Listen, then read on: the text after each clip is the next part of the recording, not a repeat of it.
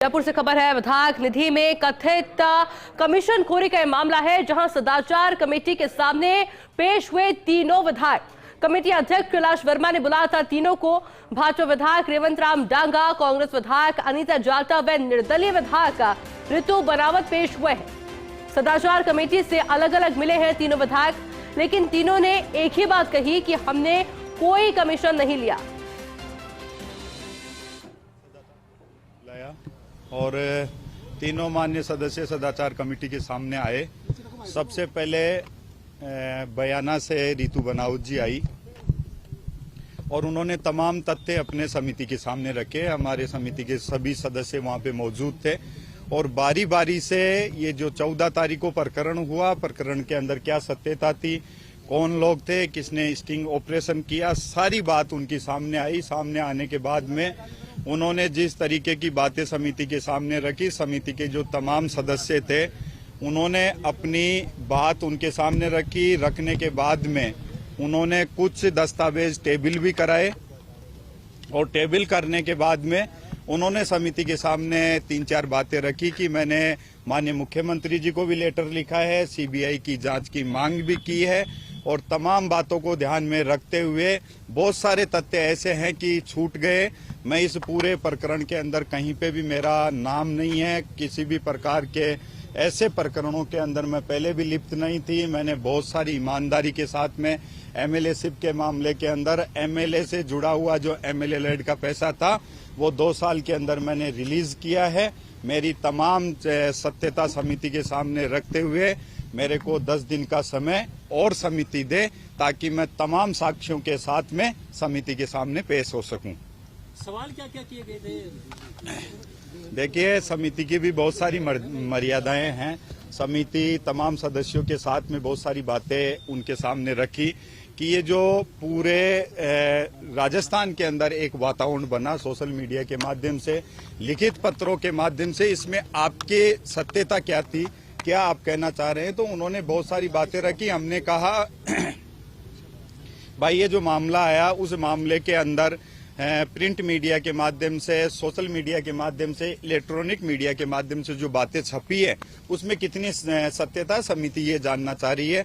तो जैसे जैसे बारी बारी से समिति के सदस्यों ने भी सवाल किया, हम सब ने बारी बारी से उनसे जो सवाल किया उन्होंने उन सवालों का पूरी तत्परता के साथ में जवाब दिया और जिस जवाब के अंदर खामी रही, कोई बातें ऐसी रही तो उन्होंने कहा कि मैं टेबल भी करूंगी और मेरे को 10 दिन का समय चाहिए। 10 दिन के अंदर और साक्ष्य जुटाते हुए उन्होंने बेबाक तरीके से ये भी बोला कि मैंने सीबीआई की जांच के लिए भी बोला।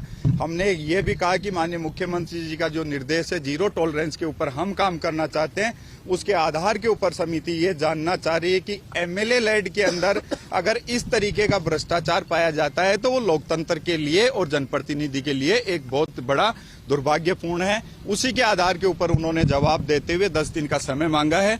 10 दिन का समय उनका होने के बाद में जो समय दिनांक जो तय होगा समिति तय करके उनको बताएगी।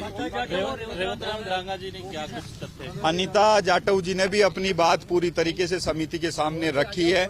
उनका पूरा पक्ष समिति ने सुना है। समिति के सामने जो हमारे माननीय सदस्य अभी मीडिया के सामने मेरे साथ में हैं, उन्होंने बारी बारी से उनसे सवाल किया। सवाल करने के बाद में उन्होंने कहा भाई जो तथ्य मेरे साथ में थे और उसके अंदर कहीं पे भी मैं इनके अंदर लिप्त नहीं थी। हमने कहा कि लोकतंत्र के अंदर शुचिता बनाए रखना बहुत आवश्यक है और जहां तक मर्यादाओं की बात आती है, राजस्थान की विधानसभा के अंदर समिति बनी ही सदाचार के लिए है, मान्यों के व्यवहार के लिए है। उन्होंने भी 7 दिन का समय मांगा है। कुछ लिखित उन्होंने दस्तावेज पेश किए हैं जिनको समिति तमाम सदस्यों के साथ में बैठ के उनका पूरा अध्ययन करके जो तथ्यात्मक रिपोर्ट बनेगी उसको भी समिति तैयार करेगी। रही बात रेवत राम जी लास्ट के अंदर आए और रेवत राम जी ने भी 15 दिन का समय मांगते हुए समिति से आग्रह किया है कि बहुत सारी बातों को लेके उन्होंने बात कही कि ये लोग पिछले 2-3 महीने से मेरे पीछे थे, चक्कर लगा रहे थे, कौन लोग मेरे पीछे लगे हुए हैं। इनकी समिति पूरी तत्परता से जांच करे। मेरे को किसी प्रकार की कोई दिक्कत नहीं है। हमारे तमाम जो समिति के सदस्य हैं उन्होंने भी उनसे सवाल किया और सवाल करते हुए रेवत राम जी ने भी समिति के सामने 15 दिन का समय मांगा। ये तीनों माननीय सदस्यों की समिति पूरी बात सुनने के बाद में उनको जो समय निर्धारित किया है, अगली सुनवाई उनकी समय के ऊपर होगी और तमाम दस्तावेजों के साथ में होगी। नहीं, अगर कोई भी विधायक इसमें दोषी पाया जाता है कमेटी की तरफ से, तो क्या कुछ आगे प्रावधान रहेगा? देखिए, मैंने उस दिन भी आप लोगों को अवगत कराया था कि समिति राजस्थान विधानसभा की बहुत मजबूत समिति है और समिति के निर्णय, समिति के मापदंड बहुत तटस्थ है।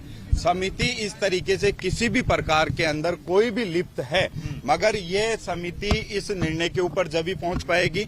किस पत्रकार बंधु ने इनका स्ट्रिंग ऑपरेशन किया, उनको भी समिति ने बुलाया है नोटिस देके, एक बार वो भी आ जाएंगे, उनका भी पक्ष पूरी तरीके से समिति जान ले और 15 दिन, 7 दिन, 10 दिन इनकी तीनों मान्य सदस्यों की लिखित के अंदर टेबल के माध्यम से और जो साक्ष्य इन्होंने जुटाए, ये कह रहे हैं कि हमारे पास में भी जो वीडियो दिखाया गया वो तोड़ मरोड़ के दिखाया गया, उसमें एडिटिंग थी, उसमें बहुत सारी चीजें थी। ये तमाम तथ्य आने के बाद में समिति सत्यता के आधार के ऊपर जांच करेगी और जांच करने के बाद में तमाम दस्तावेजों के साथ में पूरी समिति के सदस्य माननीय अध्यक्ष जी से मिलेंगे, स्पीकर साहब से मिलेंगे और समिति के जो मापदंड है उन मापदंडों के आधार के ऊपर समिति निर्णय करेगी। इसमें किसी प्रकार की कोई कोताही नहीं होगी।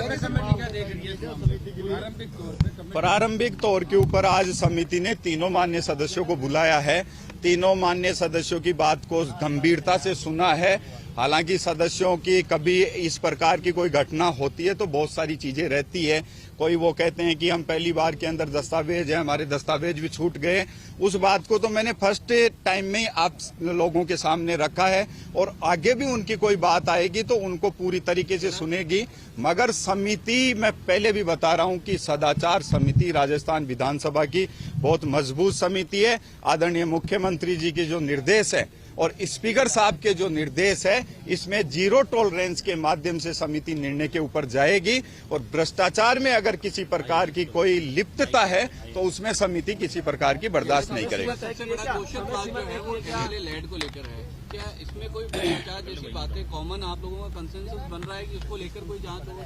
देखिए, ये मैंने पहले भी कहा कि लोकतंत्र के अंदर ऐसी बात होना बहुत दुर्भाग्यपूर्ण है। ऐसा नहीं होना चाहिए। एमएलए लेड का पैसा या एमपी लेड का पैसा गांव गरीब किसान की जनता के लिए उस सुचिता को बनाए रखने के लिए होता है जो वोट की ताकत के ऊपर मान्यों को चुनाव जिता के राजस्थान की विधानसभा के अंदर भेजते हैं। अब उस बात के ऊपर मैं तटस्थता के आधार के ऊपर आपको कह सकता हूं कि तमाम पक्षों की पूरी जानकारी लेते हुए कौन इस स्टिंग ऑपरेशन के अंदर थे, उनकी भी बात को हम पूरी तरीके से सुनेंगे।